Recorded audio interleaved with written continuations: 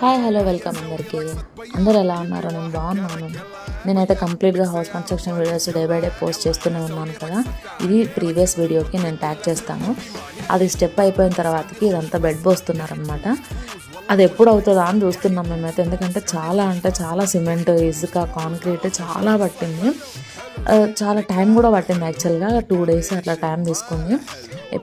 ఎప్పుడు అయిపోతుందా అని ఈగర్లీ వెయిట్ చేస్తున్నాము. ఇది ఒక్కటి అయిపోతే మాకైతే నిజంగా చాలా వర్క్స్ ఉన్నాయి.